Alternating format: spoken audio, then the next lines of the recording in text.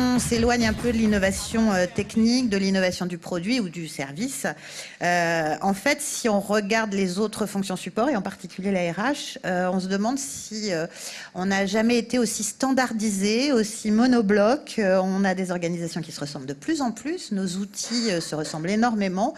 J'ai l'impression qu'on a tous des entreprises qui ont des stratégies 3.0, avec des organisations de mieux en mieux 2.0, mais alors un management 1.0. Il ne faudrait surtout pas aller trop vite.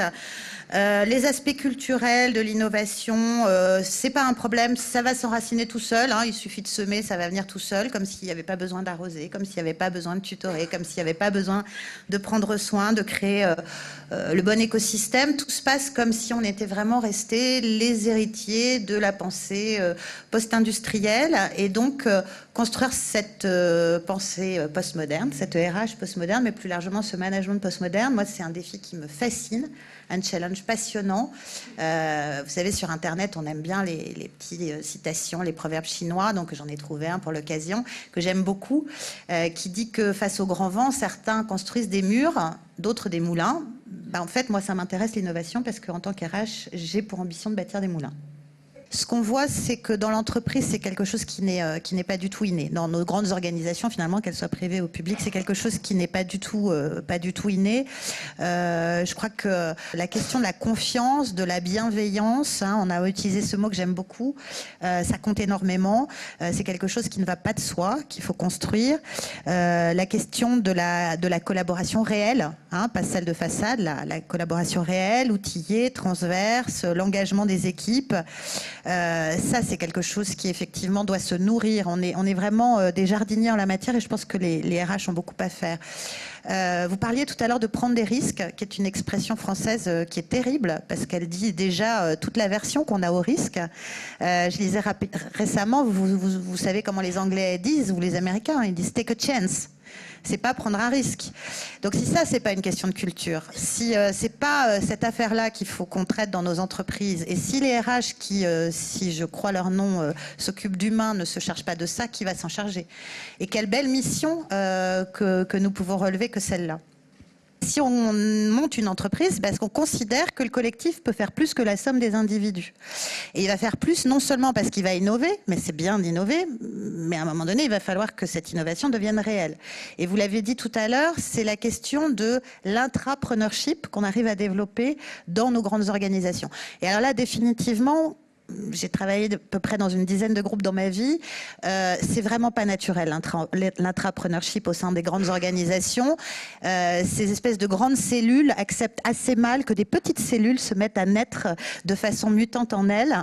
Et là, alors, je crois beaucoup que nous, en tant que RH, par les organisations qu'on peut favoriser, par le développement, par l'espace, par, vous l'avez dit un instant, par la valeur qu'on donne aux choses, dans l'évaluation, dans le développement, dans les carrières et les parcours de carrière, dans la diversité, dans la mobilité, on peut être un levier majeur du développement de cet esprit d'intrapreneurship qui est si peu inné dans nos grandes organisations. Je pense qu'on a tous des domaines dans lesquels on peut être intelligent et innovant. L'innovation, c'est un métier soit, mais ça n'est pas qu'un métier. On peut tous être innovants dans nos métiers. Et oui, je pense que chacun a la place pour avoir l'intelligence de son métier, l'innovation de son métier.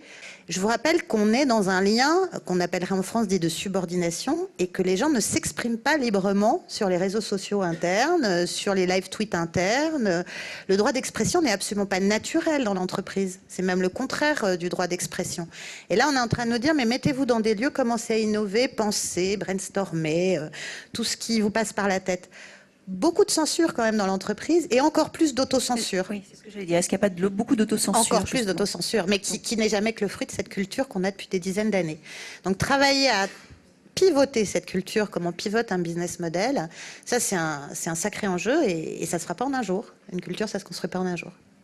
J'ai la conviction que, surtout dans les entreprises, on a un petit peu du retard par rapport aux usages à titre personnel et que on voit bien dans notre vie privée et personnelle, ça fait 10 ans qu'on découvre et qu'on a complètement adopté, on a parfois oublié qu'autrefois on faisait autrement, des usages dans la sphère virtuelle et qui aujourd'hui nous sont complètement familiers au quotidien. Nos mobiles sont dans nos poches, on se contacte tous en permanence, on utilise des applis de plus en plus évoluées. le temps qu'elles arrivent dans l'entreprise et qu'elles soient utilisées à leur tour et adaptées aux usages, il y a toujours un vrai temps de latence. Donc, on peut imaginer que les 10 ans à venir, nous serons en charge, nous RH, de pouvoir soutenir le business et notamment en lui apportant des outils, RH notamment, qui seront très largement inspirés de ces usages qui aujourd'hui sont notre quotidien. Voilà comment j'imagine la suite, c'est comment intégrer toutes ces innovations que je croise tous les jours dans ma vie personnelle, faire des liens avec ce que je rencontre dans ma vie professionnelle et trouver avec d'autres et en collectif le moyen de faire qu'1 + 1 = 3.